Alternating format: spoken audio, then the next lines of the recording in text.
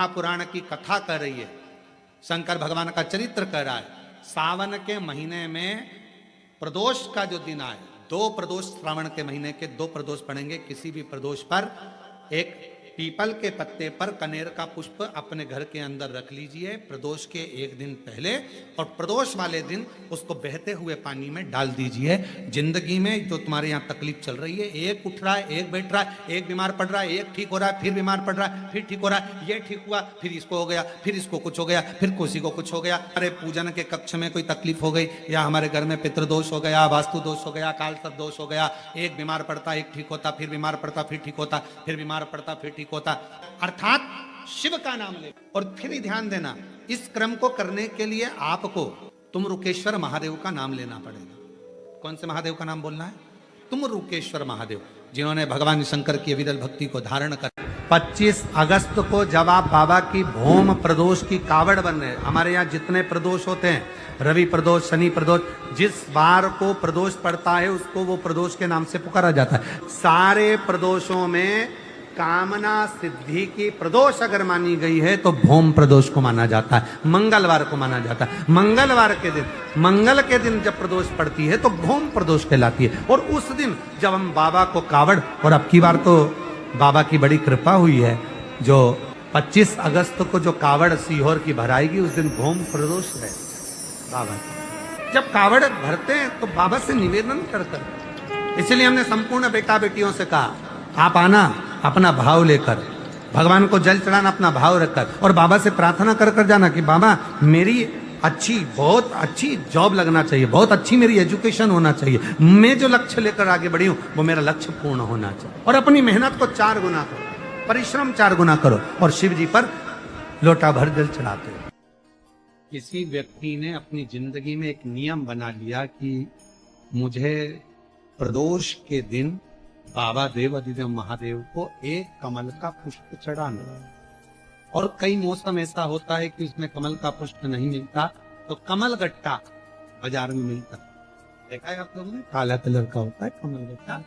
एक कमल का गट्टा भी यदि देवाधिदेव महादेव को, यदि कोई कितना भी दरिद्र है, कितना भी गरीब है, उसका कोई व्यापार नहीं, कोई व्यवसाय नहीं, कोई नौकरी नहीं, कोई चाकरी नहीं, कितना भी परिस्थिति से मारा हुआ व्यक्ति है, अगर उसने प्रदोष की प्रदोष नियम बना लिया, प्रत्येक 12 महीने का मैं नियम लेता हूं और पूरे 24 प्रदोष मैं बाबा को कमल का, जिस समय पर कमल का पुष्प मिल जाए उस समय पर कमल का पुष्प चढ़ाओ, ना मिले तो कमल गट्टा चढ़ाओ। और जिसने प्रदोष का नियम बना लिया, 1 साल पूरा नहीं होगा और मेरा बाबा उसका हाथ पकड़कर उसको मंजिल तक पहुंचाना होगा। इतना भी दरिद्र, इतना भी दरिद्र, ये लोमश ऋषि की कथा कहती है, ये लोमश बाबा का चरित्र कथा। कितनी भी गरीब परिस्थिति क्यों ना हो, कितना भी दरिद्रपन क्यों ना हो, कुछ नहीं घर में। बाबा का जो क्रम है इसको जरा समझिएगा बहुत अच्छे से, सावधानी से। दुर्वा की इस तरह से जो ये भाग रहते हैं, ऐसे 7 भाग दुर्वा के लेना है। कितने भाग लेना है? 7 भाग दुर्वा के लेकर 5 बेलपत्र के साथ, बेलपत्री कितनी होना चाहिए? 5। 7 भाग दुर्वा के लेना है, 5 बेलपत्र लेना है, और लकुलेश महादेव का नाम लेकर 7 दुर्वा 5 बेलपत्र, लकुलेश महादेव का स्मरण कर कर, भगवान शिव का स्मरण कर कर, शंकर भगवान पर प्रदोष या सोमवार की अष्टमी या शिवरात्रि के दिन भगवान देवाधिदेव महादेव के शिवलिंग के ऊपर अपने हृदय की कामना कर कर भगवान शिव को समर्पित कर, बाबा देवाधिदेव महादेव को समर्पित। दोष के दिन संभेश्वर महादेव का नाम, 7 कनेर के पुष्प, कितने?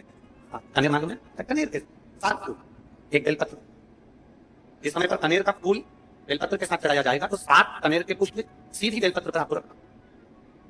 2-3 प्रदोष कर देखना। अगर कोई आपसे कहे कि आपका भाग्य ठीक नहीं चल रहा, आपकी किस्मत ठीक नहीं चल रही, आपके ग्रह ठीक नहीं चल रहा है, आप भाग्यशाली नहीं हो, पहले तुम उठ जाओ, उसके बाद में देवाधिदेव महादेव के पास 7 कनेर के पुष्प 1 बेलपत्र में रखकर नंदीश्वर के पास में बैठकर श्री शिवाय नमस्तुभ्यम बोलकर अशोक सुंदरी वाली जगह पर स्पर्श कराकर भगवान शंकर पर 7 फूल के साथ बेलपत्री की डंडी अशोक सुंदरी की साइड हो, ऐसा स्मरण करते हुए शिव को समर्पित कर दे। वही बेलपत्री 5 बार नमः शिवाय या पंचाक्षर मंत्र, षडाक्षर मंत्र या श्री शिवाय नमस्तुभ्यम बोलकर वही बेलपत्री 3 प्रदोष, 4 प्रदोष, 5 प्रदोष, 2 प्रदोष, जितने प्रदोष आप चढ़ा रहे हैं प्रदोष काल में, वो बेलपत्री लाकर अपने कक्ष में अपने पूजन वाली स्थान पर रखते जाओ। एक बेलपत्री एक प्रदोष पर लाओगे, अगला प्रदोष आएगा, कितना अंतर पड़ता है। आपके भाग्य बदलने में आपको खुद मालूम पड़ जाएगा कि आपकी किस्मत कैसे बदल। मेहनत आपको करना है, श्रम आपको करना है, आपको लगाना, और बेलपत्री और कनेर का पुष्प शिव चालू करो प्रदोष चढ़ाना।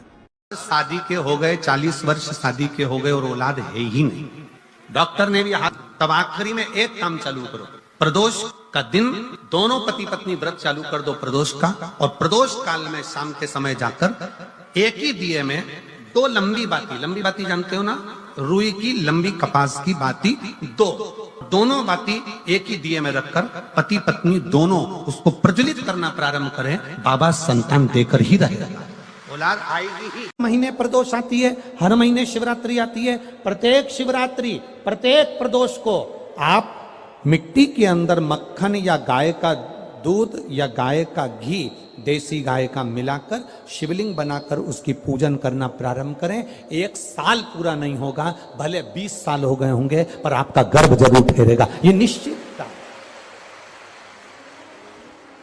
भले 20 साल हो गए, 22 साल हो गए, 25 साल हो गए, डॉक्टर ने मना कर दिया नहीं होगा, फिर भी आप बाबा पर भरोसा, बोल बम का नारा है, बाबा है। आप विश्वास के साथ शिव की आराधना करिए। गाय, देसी गौ माता का दूध, मक्खन, घी, ये हमारे मिट्टी के अंदर मिलाकर जब हम शिवलिंग का निर्माण करते हैं तो हमारा वंश बढ़ता। सारे देवता रोज भ्रमण पर नहीं निकलते, 33 कोटि देवता में केवल एक देवता है देवाधिदेव महादेव, जो प्रतिदिन प्रदोष काल में शाम के समय अपनी अर्धांगिनी मां पार्वती जी के साथ भ्रमण पर निकलते हैं अपने भक्तों का दुख मिटाने। पहले दिन की कथा में श्री प्रकाश भाऊ जी की धर्मपत्नी श्रीमती दीना जी, प्रकाश जी, धारीवाल जी ने प्रश्न किया था उनके घर पर कि प्रदोष करना है, तो पहले तो मेरा निवेदन है कि प्रदोष को समझें कि प्रदोष का मतलब, संसार का कोई मनुष्य कितने भी दोष कर ले, उसकी जिंदगी के सारे पाप उसने जितने भी करे हों, यदि प्रदोष का दिन है, जिस दिन प्रदोष है उस दिन यदि उसने व्रत धारण करा, केवल एक दिन ऐसा होता है प्रदोष का जिस दिन 33 कोटि देवता और 64 योगनियां भी भगवान शंकर के सामने अपने मन की बात कहने के लिए प्रदोष काल में खड़े होते हैं, और शिव जी अपने हाथों से उनके दुख मिटाते मिटाते जाते हैं। वो प्रदोष का व्रत होता है। सारे दोषों को जो समाप्त कर, सारे दोष, सारी तकलीफ, तुम्हारी जिंदगी के जितने जितने तुम्हारे दोष हैं इस जन्म के उस जन्म के, और जब भगवान शिव से आप निवेदन करते हैं, प्रार्थना करते हैं, उनसे अपने मन का भाव कहते हैं, प्रार्थना करते हैं, निवेदन करते हैं, तो शिव उसको स्वीकार। खड़े हैं देवता, भगवान शिव नेत्र बंद करके बैठे, भगवान विष्णु, भगवान ब्रह्मा सब देख रहे हैं, इंद्रदेव पीछे खड़े हैं और पीछे से देख रहे हैं, उनको मालूम है नहीं मिलेगा। भगवान नारायण ने फिर जमकर हर हर महादेव कहा, ब्रह्मा जी फिर बोले हर हर, और भगवान नारायण ने और भगवान ब्रह्मा ने 3 बार ताली का जो नाद किया, चंड ने भगवान शिव को सूचना दी, सूचना देकर भगवान शंकर के नेत्र खुल गए, और शिव जी के जैसे ही नेत्र खुले, बाबा ओ घड़दानी ने, भगवान शंकर ने नेत्र खोलते ही सामने खड़े हुए भगवान विष्णु को, भगवान ब्रह्मा जी को, देवताओं को देखा और पूछा कि आप यहां पधारे, मुझे आज्ञा करते मैं आ जाता। प्रदोष के समय पर अगर मान लो कोई भिखारी से भिखारी व्यक्ति भी है जो ठेला चला रहा है, उसके पास में खाने के लिए कुछ नहीं है, फटे कपड़े पहन रहा है, उसकी जिंदगी में कुछ भी नहीं बचा और कर्जे में लदालूम हो गया, एक चावल का दाना अगर वो प्रदोष के दिन, प्रदोष काल में शाम के समय पर शंकर के शिवलिंग पर चढ़ा देता है तो 3 या 4 प्रदोष में उसका कर्जा चूकना प्रारंभ हो जाता है। प्रदोष का विधान। प्रदोष, शिवरात्रि, सोमवार की अष्टमी, ये वो तिथियां हैं, ये वो वार हैं। अगर कोई भूल से भी शंकर भगवान के शिवलिंग का निर्माण करता है या अपने घर में रखे हुए शिवलिंग पर शमी पत्र को समर्पित कर देता है तो जिंदगी में उसका बाल बांका हो ही नहीं सकता है। प्रदोष के शमी पत्र में बल होता है, प्रदोष के शमी पत्र में।